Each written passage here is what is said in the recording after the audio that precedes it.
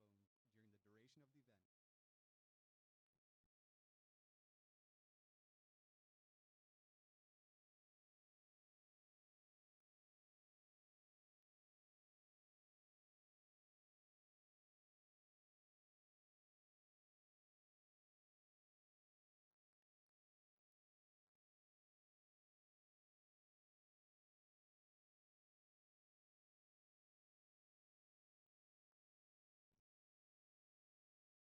Ladies and gentlemen, Candace Owens.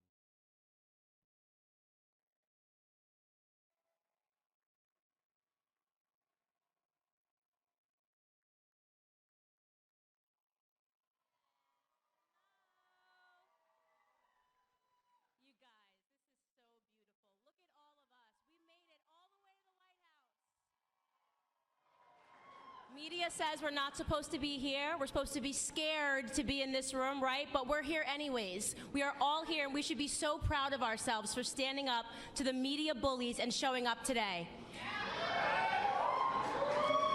You know, I have to tell you guys, I started this morning like I start every morning, and I want to really take a serious moment to talk about something that pulled at my heartstrings this morning and almost brought me to tears as I was reading the news. I was reading a story about a young boy named Tyshawn Lee, a name that people won't be familiar with. This is not a name that spread all across the nation instantly. Tyshawn Lee was a 9-year-old boy living in Chicago. He left his grandmother's house because he wanted to go play basketball in the park, and he was playing basketball by himself in the park. Tyshawn Lee was approached by an adult man who came up to him playfully and grabbed the ball and began playing with him. And then eventually this older adult man lured him away from the park with the promise that he would take him to the store and buy him whatever he wanted. So he followed this adult man into an alleyway, and he was instantly, Tyshawn Lee at 9 years old, shot point blank a few times and murdered. He was murdered, it was gang related. They were after his father, so this was a gang hit to go after this young boy. Disaster, an absolute sad disaster that brought tears to my eyes because he was only in the 4th grade. You know, unbeknownst to most of this world, this story happened, and the reason that we don't know about it, the reason that there was no wall-to-wall coverage and national sensation about this story by the people who claim to care about the senseless ending of Black lives is simply because it didn't fit the media narrative. That's it. He was killed by another Black man, so it didn't fit the media narrative to be outraged about this story. Black on Black crime is something that our media tells us that we're not allowed to talk about. Over 93% of Black homicide victims are killed by other Black people. But we are not supposed to be outraged, and we're not told to remember the names of those victims. Because if we begin to focus on that area, something that is causing real harm and devastation to our communities, we might uncover the truth. And the truth is that this is all by Democrat design. Our inner cities are all by Democrat design. Like Chicago, like Baltimore, and like Detroit, they have been run by Democrats for decades. We have been made to believe that the conditions in our cities are normal. We're supposed to turn a blind eye to the corruption, to the crime, to the gangs, and instead focus on what our media deems of more importance. We are instead told that we should be focusing on white people. We're supposed to be reactive and angry and fearful about white supremacy, when in fact, it is liberal supremacy that is harming our communities. I say this all the time. You show me a neighborhood where there are liberal policies that reign supreme, and I will show you a neighborhood where Black Americans are struggling in this country. For decades, we have been disrespected by the Democrats. We have empowered their party, lined the pocket of their politicians, and we have gotten positively nothing in return for our blind allegiance and faithfulness. I've recently begun to immerse myself, as I told you all yesterday, in old videos and interviews of Dr. Martin Luther King Jr. And I came across an interview of him from 1964 where he was underscoring the problems that were in Black America at that time, and here's what he mentioned. I will quote: school dropouts, crime rates, illegitimacy, rioting, and other social evils, end quote. I find that list to be really interesting because he spoke that list 55 years ago. And yet today, across all of those categories, we not only have the exact same problems, but the problems have worsened. How is that possible? How is that possible in a society that has experienced so much social progress that we are seeing a decline in the Black community? The statistics of illegitimacy, crime rates, and illiteracy have worsened since the time of segregation and Jim Crow. In that same interview, Dr. King said something that I thought was timeless. He said, "It is both socially and morally suicidal to continue a pattern of deploring effects while failing to come to grip with its causes." This is reminiscent of Albert Einstein's famed quote, "Insanity is doing the same thing over and over again and expecting different results." While neither of them could have been possibly speaking to the predicament that we are in today, their words are timeless because for the last 6 decades, Black America has found itself in a rhythm of insanity, voting for the same party over and over again and expecting different results.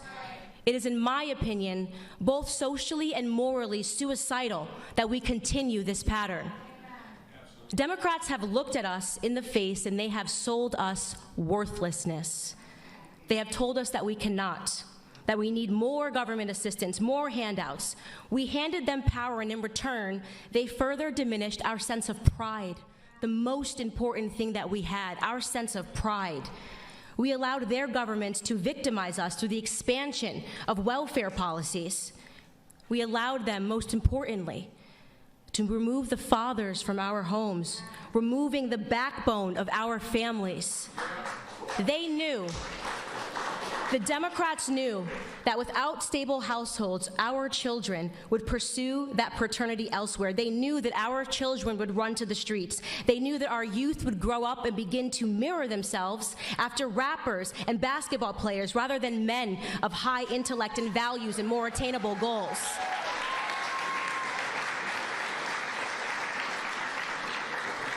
Their media took away the Jeffersons, they took away the Winslows, they took away the Huxtables, and they gave us love and hip hop. They knew exactly what they were doing. They were resetting our goals. But what they didn't know, what they could have never predicted, was that we might wake up to it one day.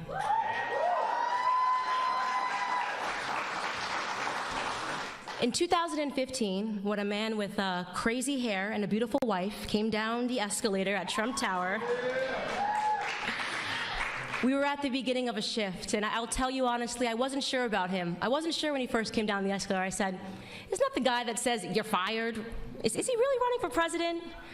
But then an incredible moment happened. In August of 2016 in Michigan, everything changed for me when that same man did something that I believe will forever be recorded in Black history as a turning point for our community. That Republican candidate got on stage, he boldly looked Black America straight in the face, and he asked us, what do you have to lose? The courage of that moment, the courage for a man to challenge us to look around at our communities and to just acknowledge it, to be real, to be honest with ourselves, to acknowledge the filth of our communities and our inner cities, to acknowledge the state of our broken culture, our broken school system.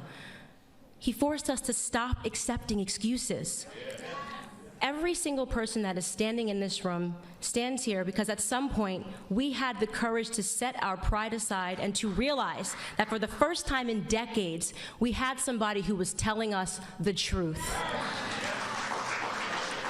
And he just kept on telling it all around the country, dropping bars. Honestly, Trump might be my favorite rapper right now. My favorite moment of his campaign was he said, only Rosie O'Donnell, only Rosie O'Donnell. Only our 45th president, Donald J. Trump, and I'm gonna tell you what I love about him. I get that question all the time, Candace, what do you love about Donald Trump? What I love about Donald Trump most is his audacity. The audacity that it took to stand up and look Black America in the eye. The audacity that it takes to call out these crooked Black Democrat politicians that have received billions billions in aid from our government and effectively stolen it from the struggling cities that they represent. The audacity to call out Elijah Cummings, the audacity to call out Maxine Waters, who lives, by the way, in a $6 million home outside of her own district. President Donald Trump has both the spine and the audacity to save Black America. It takes a lot of guts, and we all know this. When you wake up as a Black American and you realize the truth and you have the courage to speak out about it, the racist leftist media will attack you. CNN is a racist network, in my opinion. I've watched them over the past year sanction the violence of Antifa against Black conservatives. They have referred to all of us last year in this same exact room. CNN referred to all of us as paid puppets. They said we were paid to be in this room because they cannot fathom that we would ever have the courage to stand up and to tell them no more. No more victim narrative, CNN. No more victim narrative, MSNBC. No more telling us that we cannot do something because of the color of our skin. No more fear politics. No more attempts to scare us into voting for you. No more lies. No more half-truths. They attack the one president that has done the absolute most for Black America than any president in American history because they are scared. And I'll tell you what they're scared of. They are scared of no longer being able to control us. Yes. They are scared that we are actually waking up to everything that they have done to us. Yes. It was Clarence Thomas, Supreme Court Justice Clarence Thomas, in 1991 who warned us against what the Democrats and the media would do to Black people like us. This is what he said, quote, "This is a circus. It's a national disgrace, and from my standpoint as a Black American, it is a high-tech lynching for uppity Blacks who in any way deign to think for themselves, to do for themselves, to have different ideas, and it is a message that unless you kowtow to an old order, this is what will happen to you. You will be lynched, you will be destroyed, you will be caricatured, rather than hung from a tree." How right was Supreme Court Justice Clarence Thomas in the treatment of Black Americans today? It is a national disgrace. But let them continue. Let them continue their attacks on free-thinking Blacks. It's not going to stop us in any way from supporting this administration, from supporting people like our honorable Vice President, Mike Pence, who is finally talking about God again on the national stage.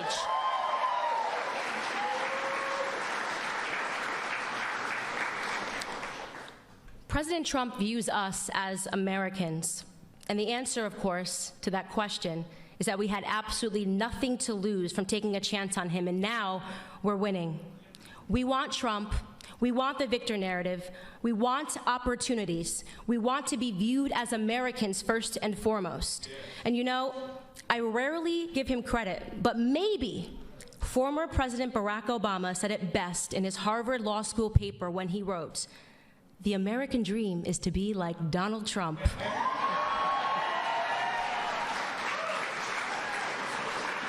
We want the American dream. Thank you guys so much for being here, and get ready to see the man himself.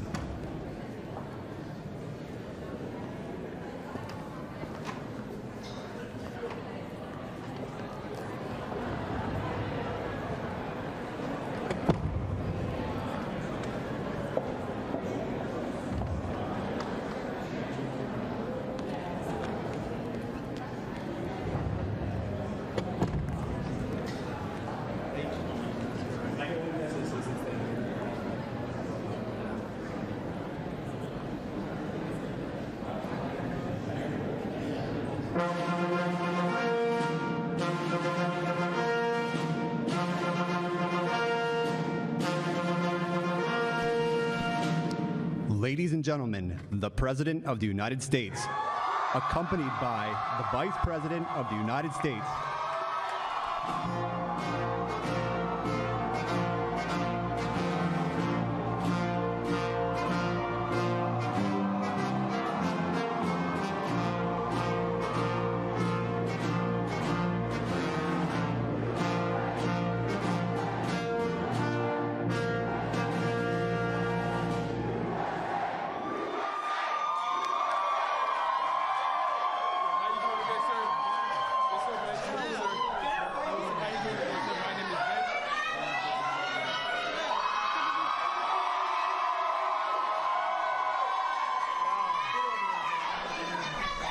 Boy, oh boy, this is a group.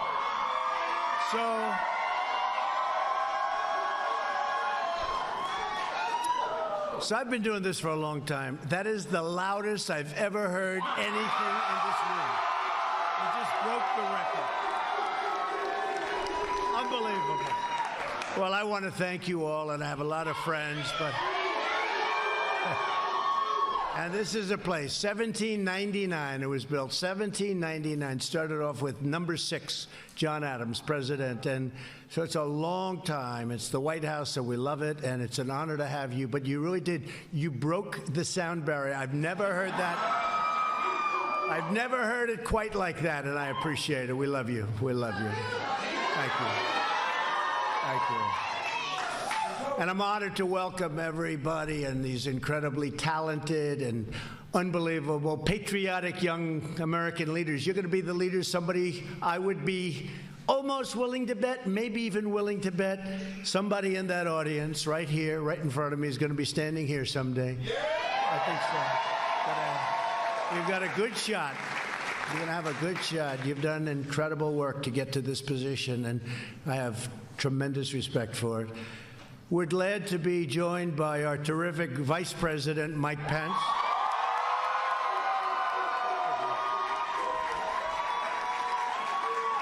And many of our cabinet members are here. They wanted to be here. I told a couple of them, don't have to. Don't worry about it. What the heck? These are my friends. They said, no, we want to be here.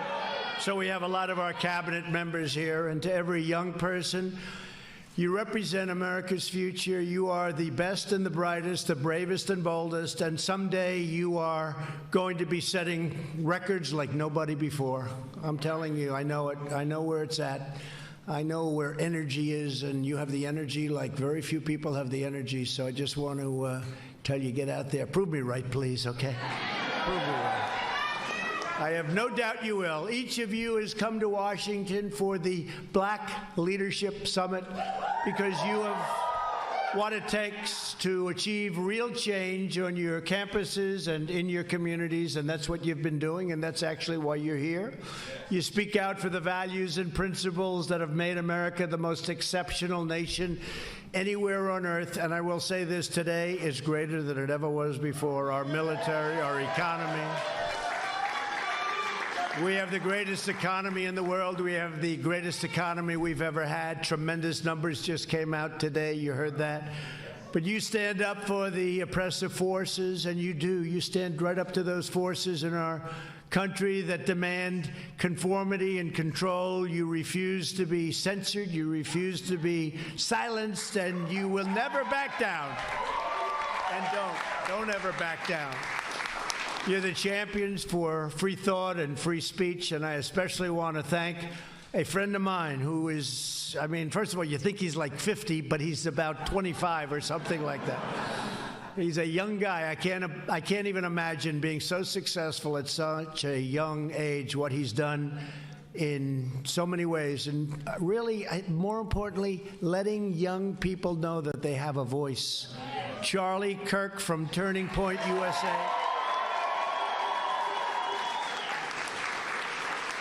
Charlie, you've done a fantastic job. Fastest growing organization of thought in the country. He is something. Thank you very much, Charlie. I appreciate you being here. And we're also joined by a friend of mine, just got married. Just got married. And Candace Owens, I watched her and I saw her coming. I said, you know, I'm pretty good at star power. I look at it, I say, that's a star. Every once in a while, I'll see somebody. You know, it happens about once every 5 years. That's all it is. But I'll be watching. I saw Candace probably 3-4 years ago. How long would it be, Charlie? 4? Maybe 4. I saw this woman on television. I said, man, I don't want to mess with her. She's tough. She's tough. Now, I'm not allowed to say it. You know that. I'm not allowed to say it anymore, but she's also beautiful, so I'll say that then. Okay? It's true. Under the Me Too generation, we're not allowed to say it. So all of you young, brilliant guys, never, ever call a woman beautiful, please. You're not allowed to do it. And I've kept doing it, and I've never been told by that woman never to do it. Just say, thank you, sir. Candace, would you come up here and say a few words? You mind? Come.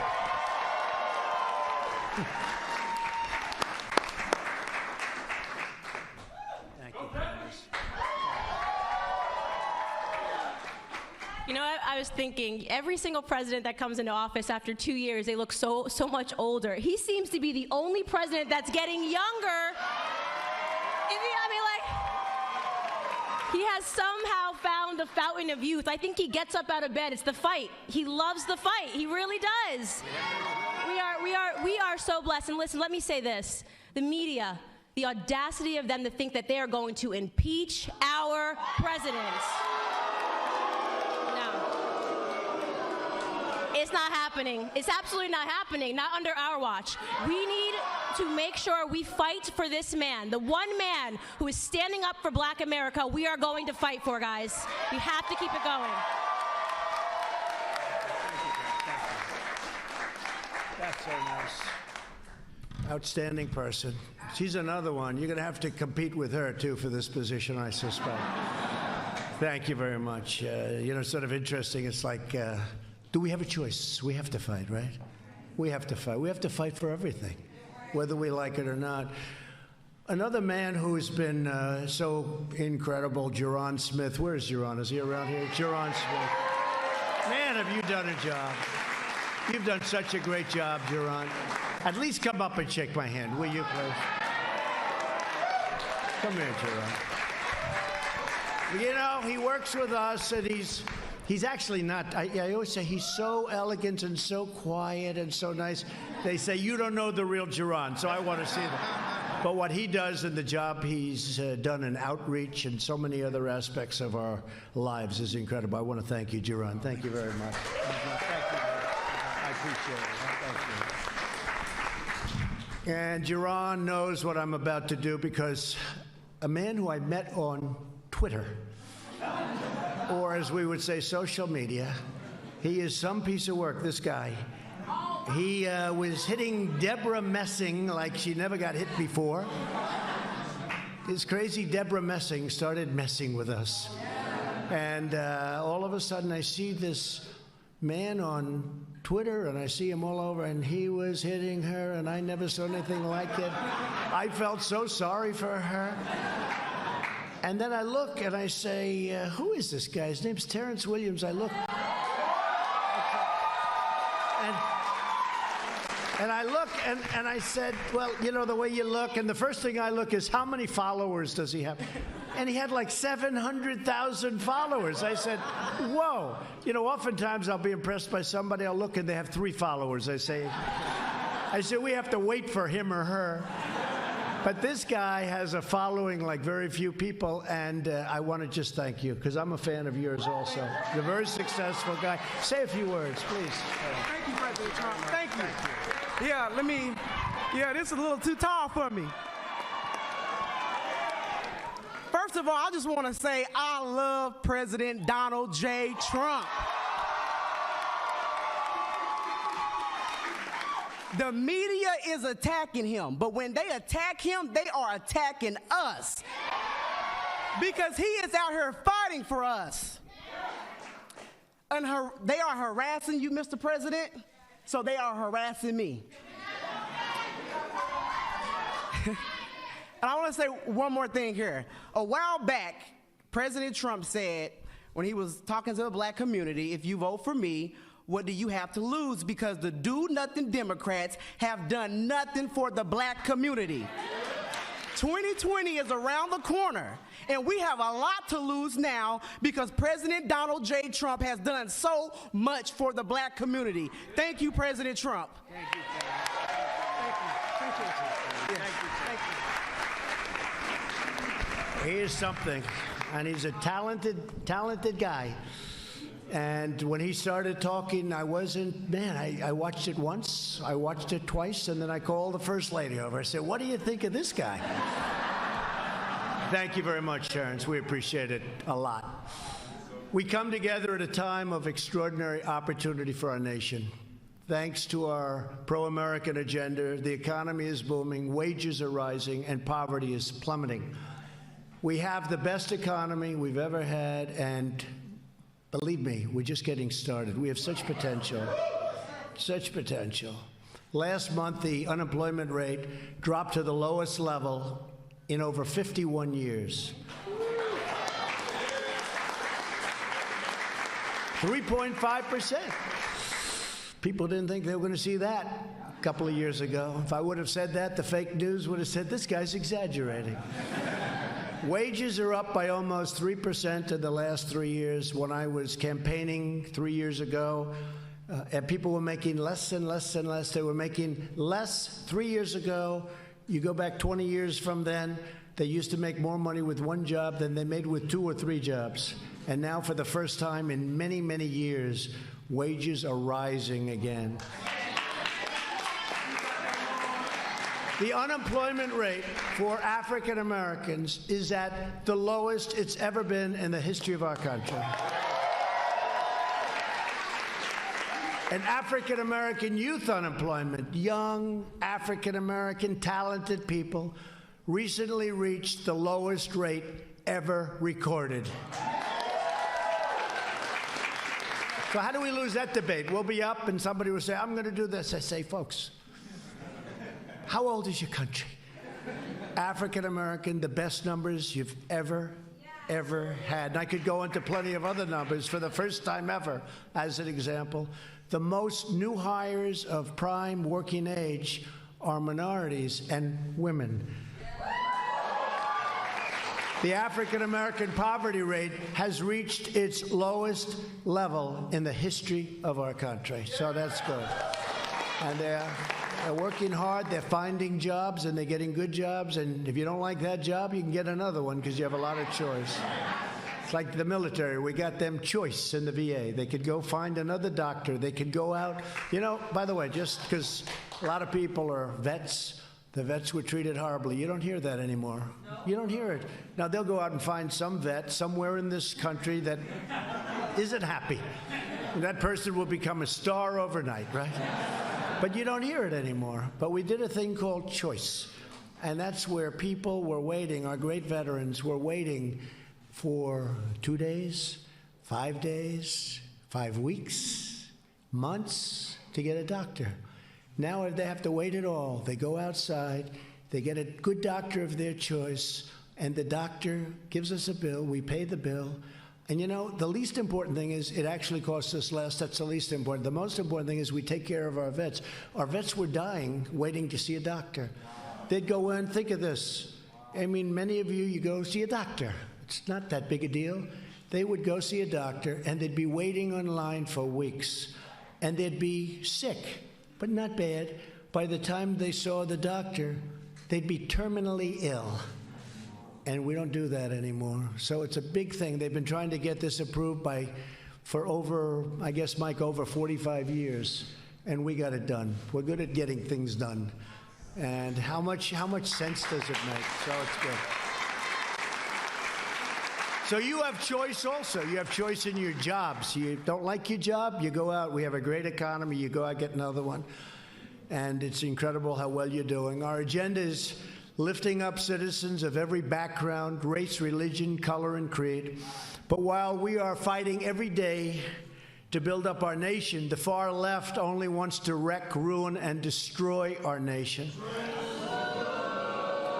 And you know better than anybody, for the last 3 years, Democrat lawmakers, their deep state cronies, the fake news media, they've been colluding in their effort to overturn the presidential election. 63 million people voted, and to nullify the votes of the American people. And many African American people voted for Trump. Even then, now they like me more because I said I was going to do it, and now I did it, so you better vote. I said I was going to do it. I said I'm going to do it. Yeah. Thank you very much. But you remember, I'd make speeches, and I'd go through a list. I'd be talking about the African American community, and I'd go through a list of worst poverty levels ever, worst crime ever, worst schools ever, worst this. I'd go through 10 things. I'd read off from a list. And at one big rally, I had 25,000 people. I said, go with me. What the hell do you have to lose? Remember that, Candace? I said, what do you have to lose? You're doing the worst in every category. You're getting just, it's terrible. What the hell do you have to lose? And I'll never forget, I got off stage and my people came, sir, that wasn't very nice. I said, no, it's true. What do they have to lose? And you went with me, and I did get a good vote, I have to say. You went with me, and now you have the best employment numbers you've ever had, the best numbers, the best poverty numbers, so it's good. But the radical Democrats are willing to do anything to smear anyone and to lie about everything in their craven quest for power and money and other things, I guess. I don't want to tell you what those other things are, but they're not good, although maybe when the cameras shut off, we'll talk. They're trying to steal your vote. They're trying to steal your voice and steal your country. They're trying to steal your country. And they don't have what it takes. Shifty Schiff. How about Shifty Schiff? He got 4 Pinocchios today in the Washington Post. He lies like a son of a gun. He's been lying for 3 years. But we will never let that happen where they take away your country. We will uphold the sacred principle of government by and for the people. That's you. The corrupt forces in Washington, and they are corrupt, and that includes the media, because large parts of the media, not all of it, you have some great journalists, reporters, but large portions of the media are corrupt, perpetrating these hoaxes like never before. The very same people who have made a living selling out American workers to foreign countries. They were closing the factories. You're losing your jobs. They leave our country, they make the product, they sell the product in, no tax, no nothing. So we ended up with empty factories and no jobs. By the thousands, by the tens of thousands, and jobs by the millions. These are the same bought and paid for politicians who let special interests write the laws, who push trade policies to enrich foreign nations, and who beg far-left judges to rewrite the Constitution of the United States to impose their own extreme ideology. No one in America has been hurt more as a result of the Democrats' corrupt leadership and socialist policies than our nation's African-American communities. It's true. That's true. It's true. For 100 years, African Americans have gone with the Democrats. Has it worked? No. Hasn't worked. Actually, I guess, Candace, it's even more, but 100 years. And you look at what's going on in the cities run by these crazy left Democrats, and what's going on is not good. My administration is fighting with everyone and all our heart to reverse the pain inflicted by Democrat leaders and to deliver hope and opportunity and prosperity for all Americans, but for African American communities all throughout our land. Together, we will express the corruption. We will defeat the socialists. We will defraud. And I will tell you what, we will do what we have to do, but we will stop defrauding all of the people in our country, because they've defrauded the people in our country. We'll defend democracy, and yes, we will drain the swamp, but that's what we're doing. African Americans built this nation. You built this nation. You know, you're just starting to get real credit for that, okay? I don't know if you know that. You're just starting to get, you built the nation. We all built it, but you were such a massive part of it. Bigger than you were given credit for. Does that make sense? Right? But with Candace around and Terrence, that's not going to happen for long. But through generations of blood, sweat, and tears, and you deserve a government that defends your interests, protects your families, and cares for our own citizens first. You know, at the border where they want the open policies, they want open borders, they don't want walls. They actually do want walls, but because I want it, you know. I know how I can get the wall. If I announce tomorrow I don't want a wall, the Democrats would come out in favor of the wall. I should have thought of that 2 years ago, but the wall's being built. It would have been a lot easier. We don't want the wall. We want the wall. I said, all right, go ahead and build. Our philosophy is grounded in the sacred bonds of love and loyalty that unite all Americans, and we really have been united. It's been an incredible thing. A lot of great things have been happening.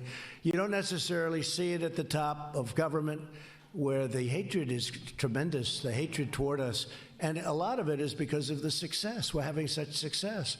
We're showing them what's going on. When you look at your unemployment numbers, how great they are, best in history.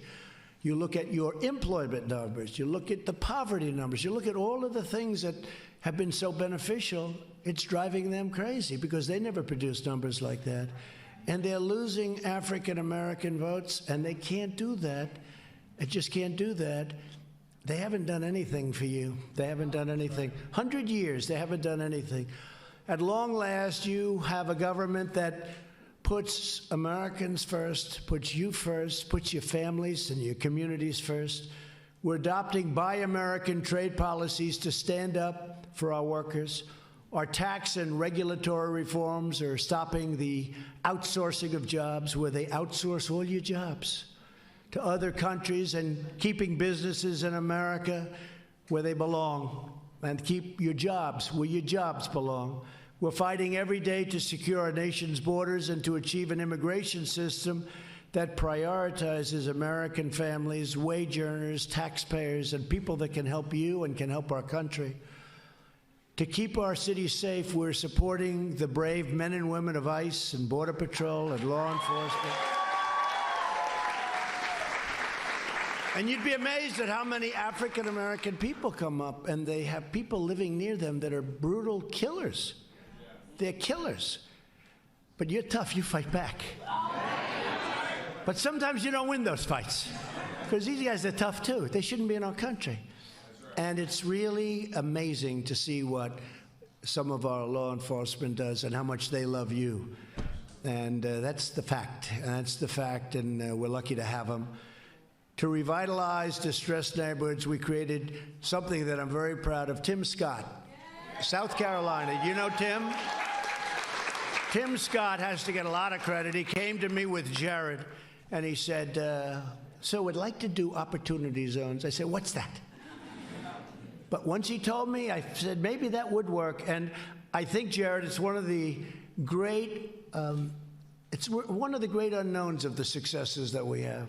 Thousands and thousands of zones in inner cities and poor neighborhoods, tremendous investments going in, tremendous jobs are happening, revitalization's happening.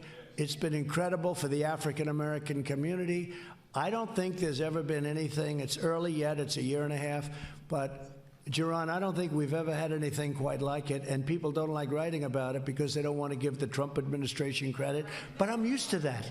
I'm used to it. You got to get used to it. You know who knows, though? The people know. The people know. But because thank you. Because really no American community is going to be left behind. Any community. To help former prisoners get a second chance at life. We passed groundbreaking, and this is with liberals and conservatives. Some of the most conservative people in the Republican Party were so in favor of it. Senator Lee, Mike Lee of Utah, great guy. Senator Grassley, great guy, Iowa. So many people. Criminal justice reform. Everybody said it couldn't be done. And a group came to my office. Sir, please, please, would you help us? These were liberal people. And I said, I will. Van Jones was one. Nice guy. I wouldn't say he treats me too good, but that's okay. Van Jones. And he said, sir, we need your help. We can't get 5 senators. We can't get this. We can't get that. We need your help. We need your help. Please, sir, help me. Please help me. I said, I can get you those 5 senators. And I called 5 or 6 or 7 to get the 5. Sometimes you have to call a little more than the 5 if you want to get the 5, right? You'll learn. A couple said, could I take a pass on this, sir? But I got 5 people, right, Jared? And we got the vote, and people were shocked. And nobody else could have done it. And they've been trying to change this for the African-American community, for the Hispanic community, for other communities. But really, the African-American, Hispanic communities by far benefited the most. And they've been trying to do this for decades. It started with the Clintons. It was not good, right? Remember when she ran and she... No, remember when she ran and she had that young African-American woman who was tough. Maybe it was Candace. Could that have been you, Candace? But no, I don't think so. But I remember how she was so angry at Hillary Clinton. But they passed that. And it was horrible for the black community, for a lot of communities, but in particular black and Hispanic and some others. And I said, Senator, it's a great thing. We got to do it. People are in jail for 40, 50, 60 years for a crime that isn't even a crime today. Right? Isn't that right? Our friend, Jared, we have a number of them, but we helped a couple of our friends, a lot of our friends now. We pardoned certain people. Who would you say, Jaron? Who would you say in particular? Go ahead. Give me a couple of names, because we had, you know who I'm talking about, Alice, right? We had a woman, Alice Johnson. We had a woman, Alice Johnson, who was this lovely woman, and she was in for about 22 years already. I mean, she served 22 years. And I think she had another 25 or 26 to go for making a phone call. And look, she admits she did wrong. But today it would be slightly different, like maybe not enough, to be honest with you. But it would be very different. So she was in, and she was a wonderful woman. And Kanye West came, and Kim came, and they said, President, could you do this? I said, do what? Do what? What are you talking? A woman's been in jail for 22 years. She's got another 28 to serve, I think, something like that. Think of that. Wow. And she's got another 28 to serve, and she's a great woman, and she's a wonderful woman. And I get along with Kanye for a long time. You saw the way when he was with the White House, he puts the hat on.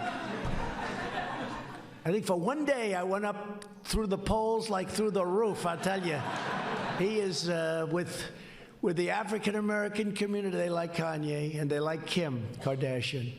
And we pardoned her, and we worked it so that she was going to be able to get out, a form of a pardon where she could get out. And she came out, and I'll never forget the scene. She comes out of this big prison, mean prison. Not too many of them are nice, right? But she comes out through the doors, and there are her children, but her children are now very grown, big, strong guys, beautiful women, beautiful, just a big family. And they just embraced. They just embraced. And it was on television all over. It was just incredible to see. And the tears, and they were just like one. It was incredible to watch. And I said, we have to do it with others. And you called Alice. I know that, Jaron and Jared. Come on, give those names. They're great. Right? Right, Brenda. Right. Right. Also, prosecutors are now sending them letters trying to overturn what you've done. That's right. The prosecutors are doing things that they weren't doing before, right? That's right. Thank you very much. That's great. Boy, you have a good memory. That's very good. Because you work with it, right? It's from the heart. When it's from the heart, you always remember. That's great. And we have many others. And we'll go to Alice. And we'll say, Alice, who knows better? Because you can't let everybody up because, frankly, some are going to be there and they deserve to be there. But we say, Alice, who else do you think in that prison, you grew up, you were there for so long, 22 years, who else do you know that should be let out? And she gave us some names. And not even that many names, but she gave us 4 or 5 names. And I guarantee you those are great people. They've been in there also for many, many years. And they got to be friendly. And she's smart. After all those years, she knows the good. And I have no doubt that it'll work out. And we're getting them out now. We're in the process of getting them out to be with their families. So it's great. It's great. It's been a great thing. But I did want to say, so Van Jones was on about 2 weeks ago. And he came to me, and I'm telling you, he was so nice. He was sitting right there when I was doing it. And I said, thank you, Van Jones. Thank you, this one, that one. And that was it. And he came up to me, thanked me, and that was it. Then about 3 weeks ago, I saw him on television. I don't watch his show too much. Neither do too many. But I'm watching him. And he gets up and he goes, I want to thank a number of people because we did something this year that was undoable. They said it couldn't be done. We passed criminal justice reform. Okay? Van Jones said it. And I want to thank Reverend Al Sharpton. Well, he was nowhere to go. Just so we know, I've known him for a long time. He used to love me. We used to go to fights together with Don King. Don King's a friend of mine. Don King endorsed me. And Don King and Al Sharpton get along. We used to go to fights together. And he liked me until I ran and succeeded in politics. Then it wasn't to his benefit. But look, Al's a con man. We all know that, okay? Just a con man. He's a con man. And he scared NBC into giving him a show, you know. They don't want to have any trouble. But he's just a sort of a third-rate con guy. But here's Van Jones. Here's Van Jones. Van Jones, I want to thank Al Sharpton. I want to thank all of these. He's named people I never heard of. The only one he didn't mention was me. And then it got worse. You ready? Candace, listen to this. Terrence, are you listening? So he named these people, a lot of people, standing at the end of a show. I want to thank, because this was the greatest year we've ever had. We got criminal justice reform. I want to thank this one and that one and that one and that. I never heard of it. And I kept waiting for my name. I said, darling, come over here. I'm going to have a great little name mention. Yes, darling, the First Lady. How good is the First Lady? So she came over. And I kept waiting. And I kept waiting. And then he named a lot of people. That was the end. I said, I was a little embarrassed in front of my wife. I said, he didn't name me. I'm the one that did it. I called up Jared, right, Jared? I said, what the hell is this? But before that, he did have one other thing to say. This was 3 weeks ago. He said, and I have one thing to say that we have to do. We must defeat this president.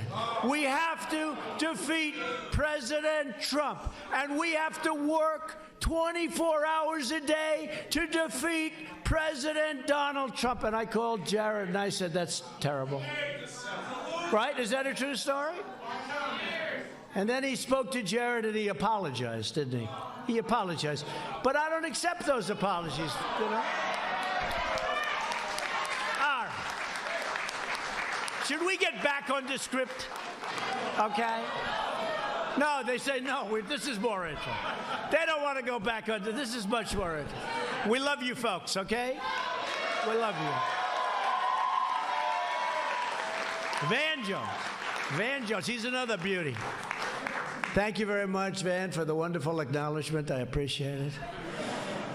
To give every American child the best chance to reach the American dream, we're fighting for school choice. Very important.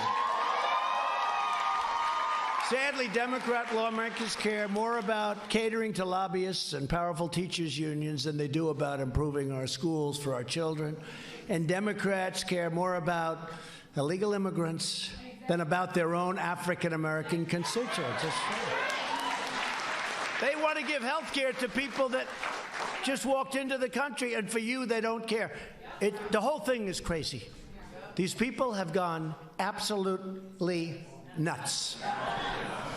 While we're fighting for the American way of life, the hard left and the radical left is working to trample the rule of law, erode individual liberty, and exert a far-reaching control over our lives. Left-wing censors have launched an all-out campaign against free speech. That is why they are trying to silence, deplatform, cancel, punish all of the proud conservative voters, all of the proud African-American voices that know what's happening and know how to become big, successful people, help other people. They want to silence you. But we know the patriots in this room will never be intimidated. I know that. I know that. So here with us today is Kieran Boland, president of the Texas State University. That's a big deal. Turning Point USA chapter, who has bravely defended the right to free speech. And Kieran, would you please come up and say a few words, please? Thank you. I thought so. Oh. I love her hair. So last year on my college campus, they did try to ban Turning Point from our campus. So we fought strong and we prevailed. The piece of legislation was completely unconstitutional, and we are still fighting strong on our campus. So we're still there. I just want to thank Donald Trump for everything you have done for us. We are so incredibly honored to be here, and you've done so much for this country, and thank you so much. I'd also like to thank Turning Point for giving me the platform and the confidence to fight for our right for freedom of speech.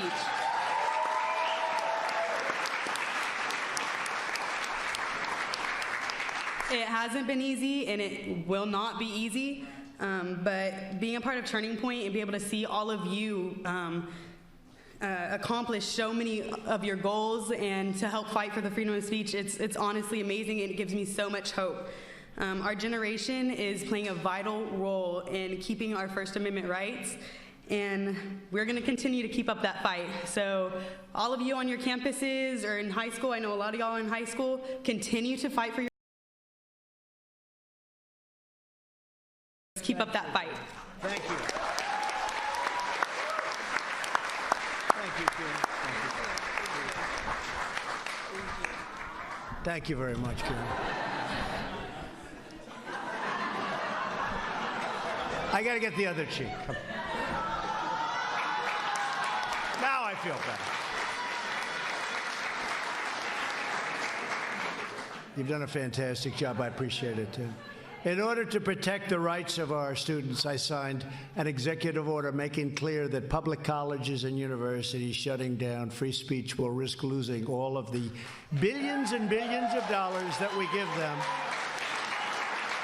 So we'll shut down their federal taxpayer dollars that go to them.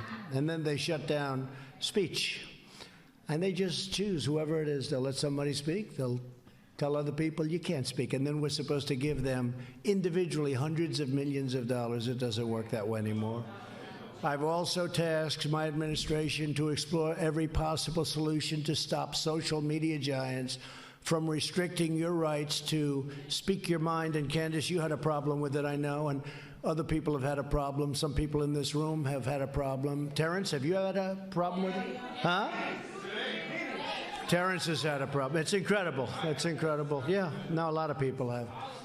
But not the other side of the world. The other side doesn't have that problem. Very rarely do they have it. We must preserve the fundamental American rights that generations of Americans have sacrificed everything to secure. With us this afternoon is Ben Okereke. That's a great name. I love that name. When Ben was 14 years old, he legally immigrated to the United States after suffering many hardships in Cameroon, which I hear is a beautiful, beautiful place. Cameroon. Oh, wow. One person from Cameroon.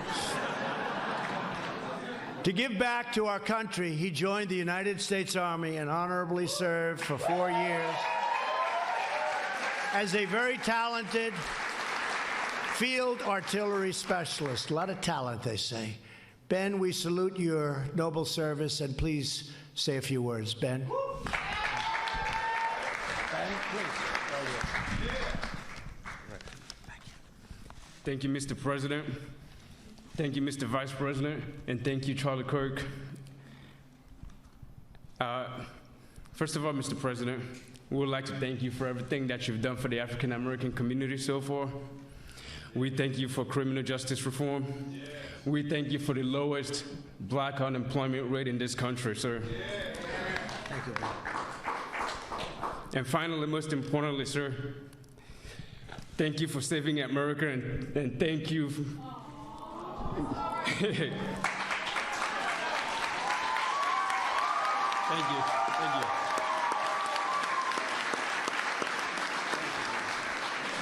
Finally, sir, thank you for taking on the fake news media, sir.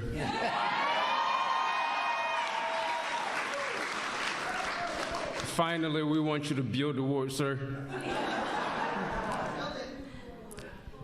Frankly, because we don't oppose immigration, but we oppose illegal immigration. So we want you to come to this country legally if you're going to come to this country. Thank you. Thank you, Ben. Yes, sir. Thank you, Ben. And that's from the heart. That's from the heart. That's what it's all about. The young leaders in this room remind us that true power in our nation is not found in government or hallways or anywhere. It's found not in the media boardrooms. It really is where the strength is. It's in our people. It's in your hearts. It's in your courage, your spirit, your faith, and your pride. Together we will defend the benefits and the beliefs that you want and you have and you're entitled to, the traditions and God-given freedoms that make our country the greatest in the world. And even, I think we can say, right now, the greatest in the history of the world, just like your unemployment numbers, greatest in history, that's the greatest in history also. You are my friends. I'm never going to forget you. You've been incredible. You've been incredible. Whether it's Jaron, the job you do, or Charlie, I appreciate it, or Terrence, or Candace, you're all special people, very, very special people. And you're doing something very important.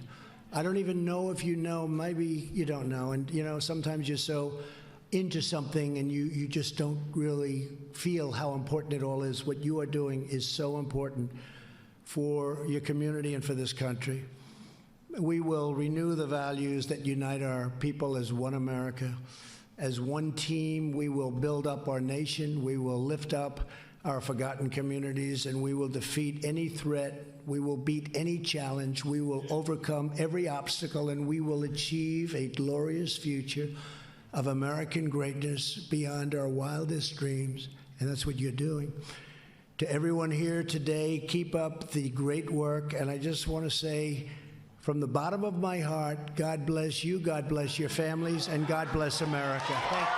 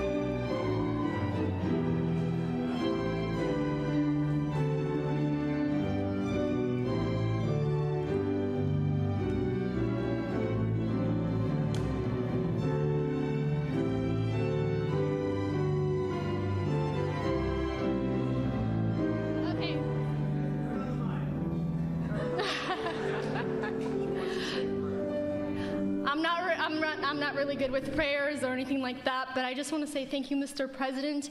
And I know we have a political warfare right now, but I strongly believe that it is a spiritual one as well. And I want to make sure that,